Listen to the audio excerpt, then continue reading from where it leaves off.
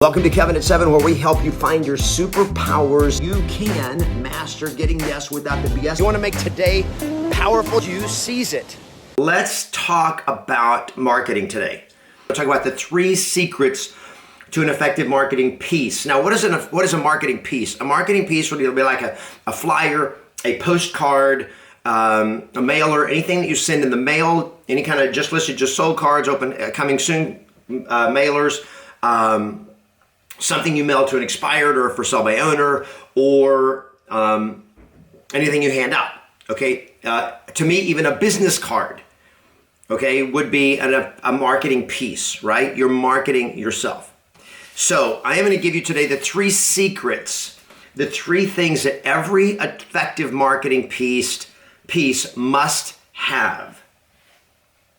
The 3 keys, the 3 secrets to an effective marketing piece, and I'm going to tell you, nobody else is training this. I've never seen this taught anywhere, and I look at all the marketing stuff that other people are showing and teaching, other coaches and trainers, and I've never, just to give you guys a background, I've never considered myself a marketing person. I was into prospecting, called people, and I'm very good on the phone and very good at talking to people because that was my path. That's how I did it.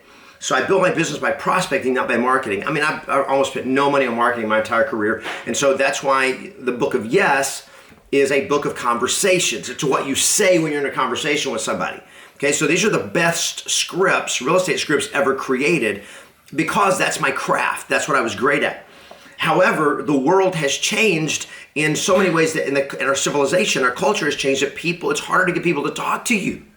Right? So even if you know what to say and how to say it, it's still harder to get them to trust you and give you a hearing.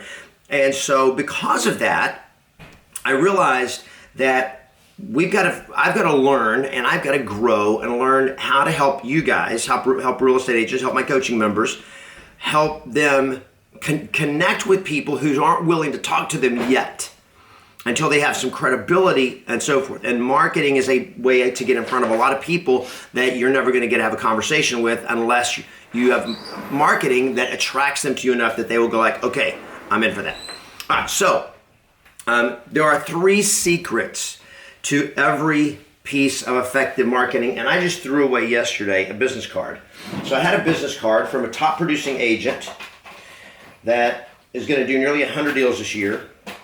And the business card was absolutely a waste of time. Here's some business cards right here. I don't know who these are. Okay, so let's just break these down. Let me see if one of them is a real estate agent. These aren't real estate agents. They're oh, this is good. This is perfect. All right, here we go. So this is a traditional business card. Now I'm going to use this because I can use this because he's not a real estate agent, so not a chance that anybody's going to see it. This guy is a title officer. He's with a title company, okay? So the title company on the back of it has the logo and the brand, tells you what title company he's with. Everybody see that? Got it? Okay. This is what not to do. This is a waste of time, okay? Now, not totally a waste of time. If somebody wants to call you and you want to give them your phone number, here it is, right? Or email or whatever. But for the most part, this is not an effective marketing piece. This is an information card. So if I want your information so I can call you, this is perfect. But if I want to put this in the hands of somebody that I don't have a connection with and I want to become their real estate agent, then it is a marketing piece. That the key here is effective marketing. Hashtag effective marketing. Hashtag it's got to work. All right. So he's got some of the stuff here that's okay. That he's got one of the categories covered. Okay, here we go. So here's what he has on here. He's got his picture with his beautiful locks of hair and dressed business attire. He looks happy. Good picture. Great. Okay, great picture. He's got his name. He's got his title. And he's got his business address. He's got a cell phone number, a 1-800 number, an office phone number, his email, and his website. Okay? So I've got here 3 phone numbers that I can call him on. 3 phone numbers. Why in the world would anybody give me 3 phone numbers? Doesn't even make any sense anymore. Okay, used to is because I was either at home or at the office. You gave multiple, and we had a fax, and they were all different numbers, and they all had different purposes. But today, there is no reason to give people more than one phone number. If you want everybody to call your cell phone number, then that's the number you should put. If you want everybody to call an office number, that's the number you should put. By the way, you should have a personal cell that you don't give out to everybody, but that's a different conversation. So, all of this is cool. Nothing wrong with any of this. Not bad. It's just not effective as a marketing piece. Okay, so what are the 3 things that every marketing piece must have? Number 1 is every marketing piece must have an attractive personality. It must have an attractive personality, an attractive character. Now, do we have here an attractive character? And the answer is yes. You got a business person that he's dressed professionally, he looks happy, okay? So here's another one. This is a real estate agent, attractive character, okay? It's not a glamour shot, it's just she looks business, looks professional, they're happy. Here's another one. This is I don't know what this guy is. This is a podcast guy. He's got his podcast and he's got a happy picture, okay? So first thing is having an attractive character. Here's what we know from research, okay? Robert Cialdini in his book called Influence, they did this with a study, and they said when somebody meets you, if they've ever seen your picture before, they like you better. If somebody has seen your picture before they meet you, they like you better, they trust you better, okay? Why? Because it's humanity. We kind of feel like we know somebody. Now, even better than a picture is video. But on a business card, still, it's kind of tough to put video. But that's why on the front of my book, we put my picture.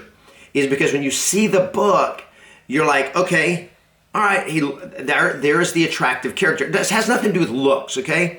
So attractive character doesn't mean you have to be beautiful or handsome. That's not the point. So if any of you guys, well, you're not that attractive. Shut up. I get that. Okay, that's not my point. My point is that I look professional. I look happy.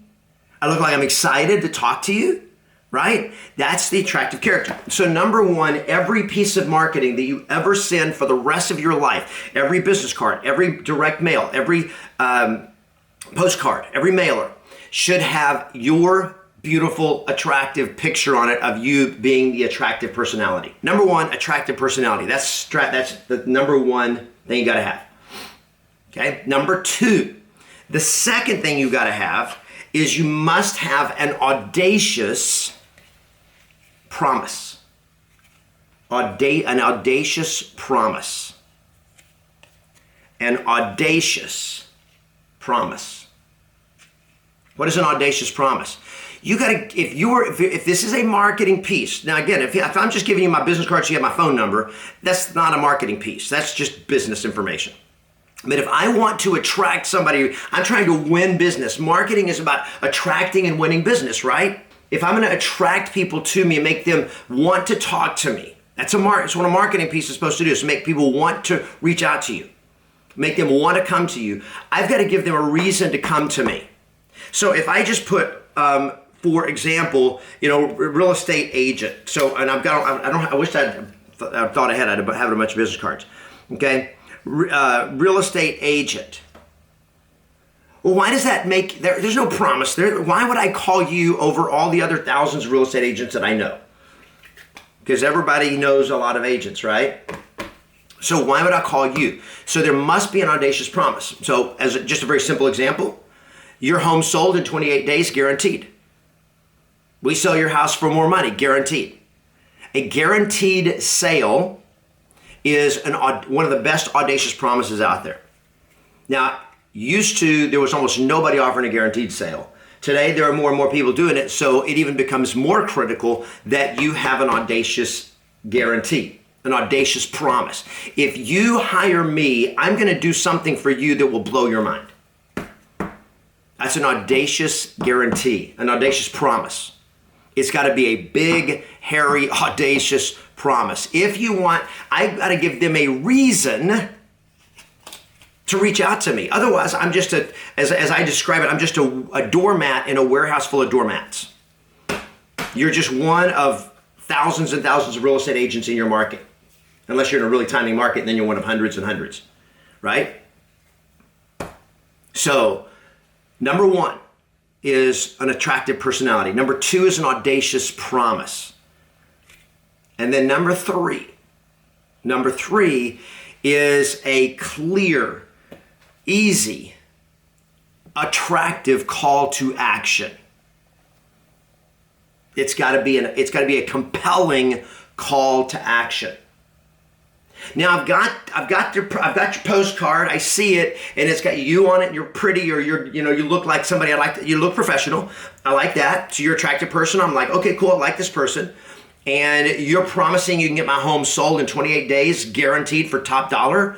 Whoa. Okay. I'm interested. You got my attention. Now how do I find out about it? And so, what you put on there is a call to action. Now, what most real estate agents put, is just a phone number. Call me. Now, what's the problem with putting your phone number as a call to action? Can anybody tell me what is the problem with having your phone number as a call to action? In other words, call me. Here's the deal. Why is putting a phone number the worst thing you can put? Because nobody's going to call you. See, people have this belief that if I call you, you're a real estate agent, and I call you, what do they know is going to happen? You're going to pressure them. You're going to go into a sales pitch. That's why. That's why they don't call you. Because you're like, if I call this person, then I'm going to be stuck with this high pressure salesperson trying to convince me to make an appointment and all that kind of crap. People generally don't like talking on the phone with people they don't know. They're uncomfortable because they don't want pressure, and they think you're going to give them pressure. Now, used to, people would talk to people on the phone. They'd answer the phone. That was how you did it. But today we have the internet. Today we have text messaging. Today we have social media. So now, instead of talking to you, they want to find out about you. They want to vet you. They want to check you out. Now, if you don't have a clear, compelling call to action, they're going to look at it and go like, and it says, if you're thinking of buying or selling, call me. Well, number one, there's no audacious promise, right? If you're thinking of buying or selling, call me. Why?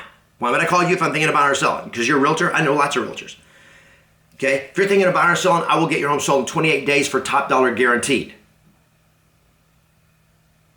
Right? That at least is an audacious promise. But now I got to figure out how am I going to find out about you? Well, I'm not going to call you yet. It's too early. I don't know if you're any good. I don't know anything. So there's got to be a call to action that is simple and compelling and clear. And so the best kind of call to action is that they can go somewhere so they can get the information about you and about your audacious promise, so they can confirm the attractive personality is real. That they confirm the attractive personality is actually an attractive character, somebody I really want to do business with, and they can find out that the audacious promise is legit. They can check you out. And so what we're now training is how to create a compelling message through an online vortex. Now, Jonathan Hawkins goes like, Shazam, you're talking about a website.